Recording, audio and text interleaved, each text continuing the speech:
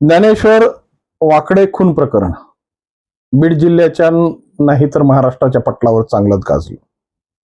कारण ज्या पद्धतीने याला राजकीय वलय मिळाले, याला सामाजिक परिस्थिती मिळाली आणि या खून प्रकरणाच्या माध्यमातून ज्या पद्धतीच्या परिस्थित्या समोर आल्या, खऱ्या अर्थानं सामाजिक परिस्थितीमध्ये जे सोशल मीडिया आज प्रभावी ठरू लागलाय आणि या सोशल मीडियावर ज्या पद्धतीच्या पोस्ट व्हायरल होत आहेत, त्यामुळं अनेकांची मनं दुखावत आहेत आणि या दुखावलेल्या मनाच्या परिस्थितीमुळं हे प्रकरण घडलं.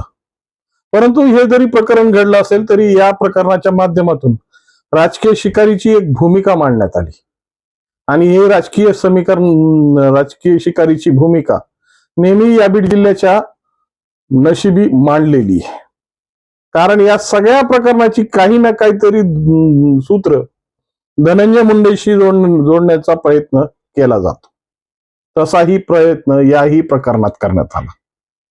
ज्या पद्धतीने काही सामाजिक परिस्थितीला मांडणाऱ्या लोकांनी परळीवाल्याचे गुंड सामाजिक परिस्थिती विकोपाला नेतायत आणि खऱ्या अर्थानं या गुंडांमुळे ही परिस्थिती निर्माण होते, अशी जी विधानं केली त्या विधानामुळं वातावरण चांगलं पेटलं.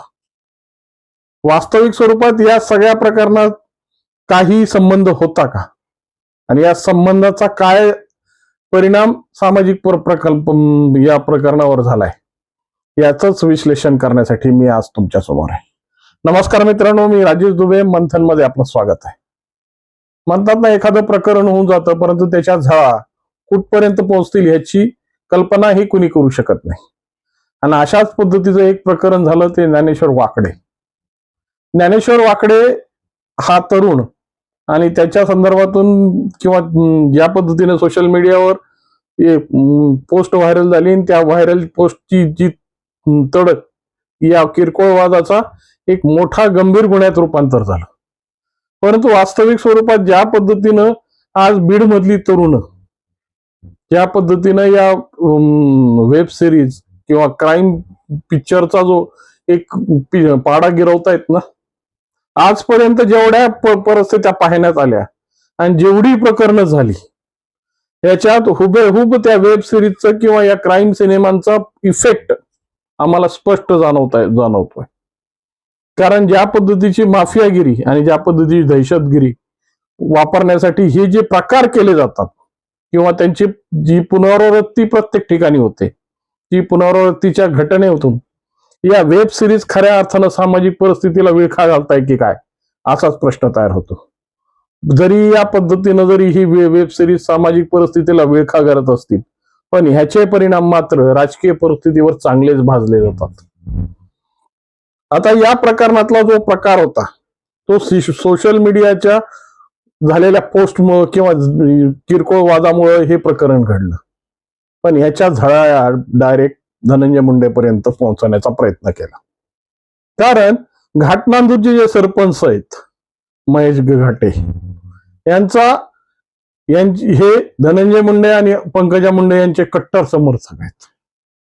आणि ज्या पद्धतीनं महेश घाटेंच्या आई मंगल कार्यालयात काही या गुन्हेगारांनी आश्रय घेतला आणि पोलिसांनीही त्यांना त्या मंगल कार्यालयातूनच ताब्यात घेतलं. त्यामुळं या प्रकरणात महेश घाटेंचा संबंध आहे अशी भूमिका मांडत धनंजय मुंडेंवर अप्रत्यक्ष पद्धतीने वार सुरू झाले. आणि हे वार नेहमी तेव्हा काहीतरी संधी मिळायची असेल, त्यांना काहीतरी एक नवीन संकल्पना यायची असेल, तेव्हा असे वार नेहमीच होतात. त्यामुळं राजकीय परिस्थितीनेही आणि सामाजिक परिस्थितीनेही त्यांच्यावर अशा पद्धतीचे क्षेपणास्त्र सोडायला सुरुवात केली.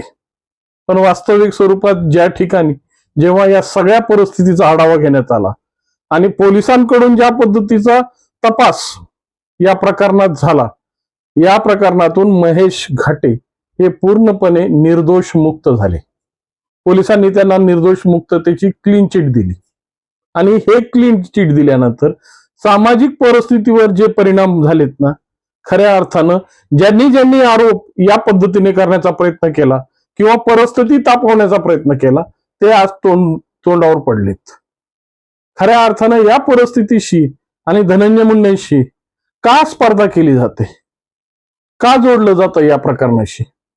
या प्रकरणामध्ये ज्या पद्धतीनं ही सगळी भूमिका तयार करून ज्या पद्धतीनं धनंजय मुंडेंना बदनाम करण्याची परिस्थिती निर्माण झालेली आहे ना, ती परिस्थिती खऱ्या अर्थानं सामाजिक परिस्थितीमध्ये किंवा बीड जिल्ह्याच्या भवितव्यामध्ये खूप मोठं गतिरोधक आहे.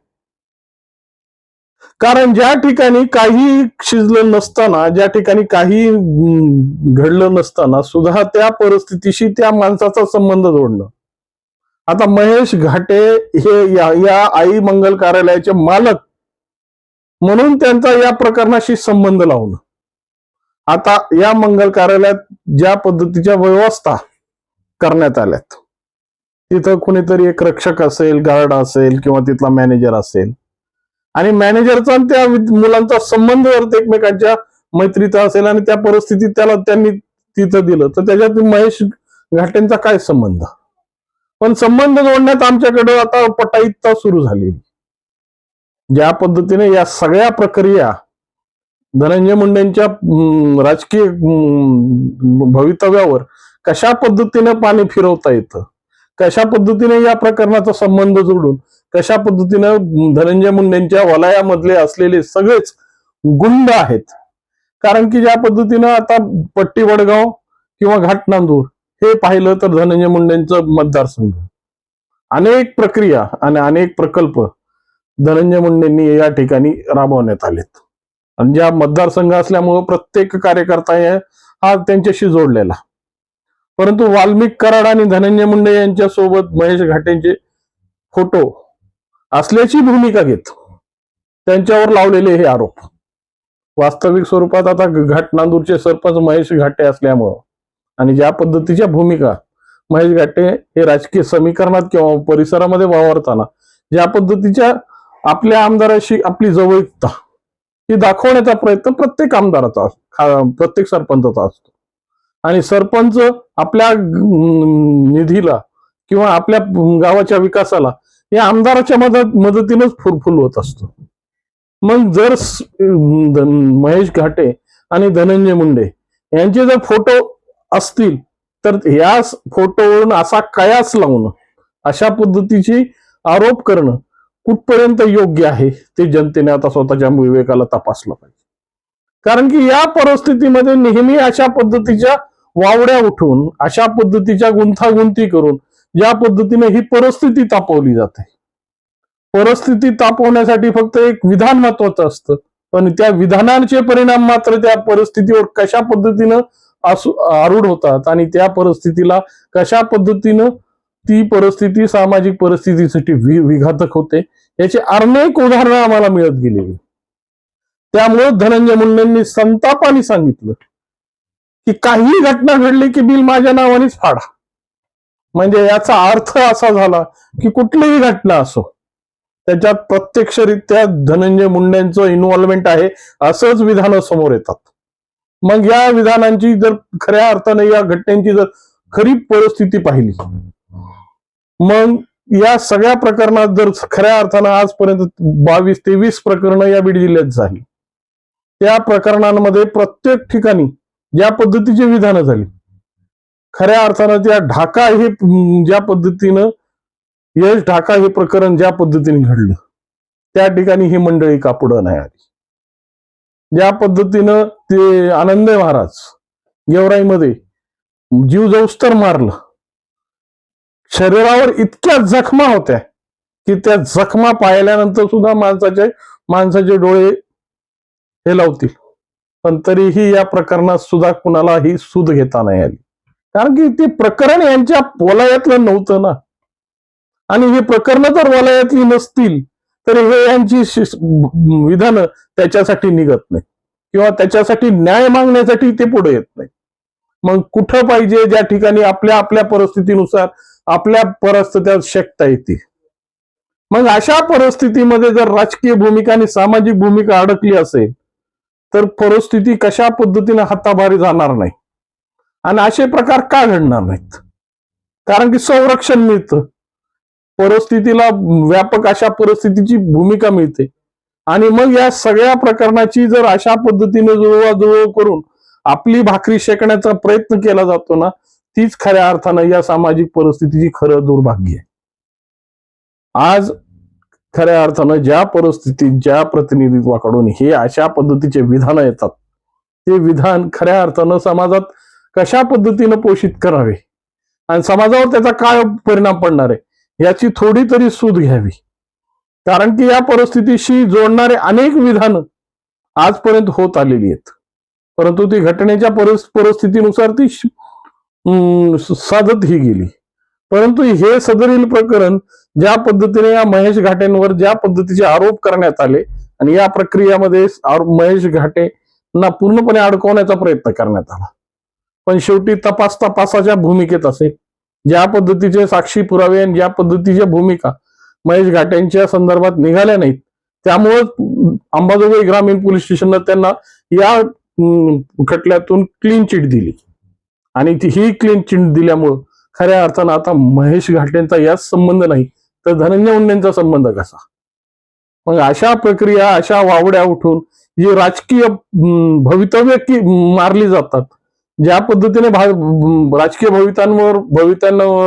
भवित्यावर पाणी सोडलं जातं, हे सगळं एका प्रोपगंडाने तर नाहीये ना. ही सगळी परिस्थिती काहीतरी वेगळं घडवण्यासाठी तर नाहीये ना. असाच जर प्रश्न समोर आला तर माणसाचं मन दुःखी व्हायला होण्याशिवाय दुसरं काय. कारण की विकास मारला चाललाय हो. तुमच्या कुरघोड्या आणि तुम्हाला दिलेल्या कार्यक्रमांमुळे जर सर्वसामान्य जनतेचा तुम्ही बळी घेत असाल, सर्वसामान्य माणसाला तुम्ही या सगळ्या परिस्थितीतून दूर करण्याचा प्रयत्न करत असाल, तर खऱ्याच अर्थाने ही सगळ्यात मोठी पातक कुणाच्या माथी मारावं. आणि वास्तविक स्वरूपात ज्या पद्धतीने धनंजय मुंडेंची परिस्थिती आहे, तर खऱ्या अर्थानं ज्या वेळेसपासून धनंजय मुंडे हे राजकीय वलयात आले किंवा राजकीय परिस्थितीमध्ये त्यांनी आपली परिस्थिती मांडायला सुरुवात केली, तेव्हापासून अशा पद्धतीच्या गुगल्या त्यांच्या नेहमीच भवितव्यावर वेगवेगळ्या पद्धतीने परिणाम करत राहिल्यात. पण अशा परिस्थितीत की जेव्हा आता जिल्ह्याला नेतृत्व नाहीये, जिल्ह्याची परिस्थिती हाताच्या बाहेर जाते आणि ज्या पद्धतीनं दहशतगिरीचं एक वेगळंच चित्र हे जिल्ह्यासमोर उभं राहत आहे, त्यावेळेस एक सक्षम आणि कार्यक्षम राजकीय भूमिका घेणारा कार्यकर्ता हा समोर आलाच पाहिजे. कारण की त्याशिवाय जिल्ह्याचे चित्र आणि जिल्ह्याची परिस्थिती सुधारणार नाही. पण सगळ्या परिस्थित्या आपल्या आपल्या भूमिकेची आणि आपल्या आपल्या परिस्थितीशी अनुकूल असलेली परिस्थिती घडवण्यासाठी जी नाहक प्रयत्न चालू आहेत, त्याला खऱ्या अर्थानं कशा पद्धतीने लगाम घालता येईल आणि पक्षांच्या माध्यमातून या संदर्भात कशा पद्धतीने योग्य ती भूमिका घेण्यात येईल याकडेच आता सगळ्यांचे लक्ष लागले. कारण की महेश घाटेंना ज्या पद्धतीनं क्लीन चिट मिळाली आणि क्लीन चिटमुळे या सगळ्याच प्रक्रियेतला जो संदर्भ जोडला जात होता तो पूर्णपणे मोकळा झालाय. त्यामुळं धनंजय मुंडेंवर विनाकारण ज्या पद्धतीच्या आरोपाच्या फायली झाडण्यात येतात आणि ज्या परिस्थितीत धनंजय मुंडेंना बदनाम केलं जात आहे ना, त्यालाच खऱ्या अर्थानं या जिल्ह्याच्या परिस्थितीशी खरी प्रतारणा केली गेली आहे का, हे जर प्रश्न तुमच्या मनात निर्माण होत असतील, हे प्रश्न तुमच्या मनात खऱ्या अर्थानं विद्रोह घालत असतील, तर 100% कॉमेंटच्या माध्यमातून कळवा आणि व्हिडिओ आवडला असेल तर लाईक, शेअर आणि सबस्क्राईब करायला विसरू नका. नमस्कार.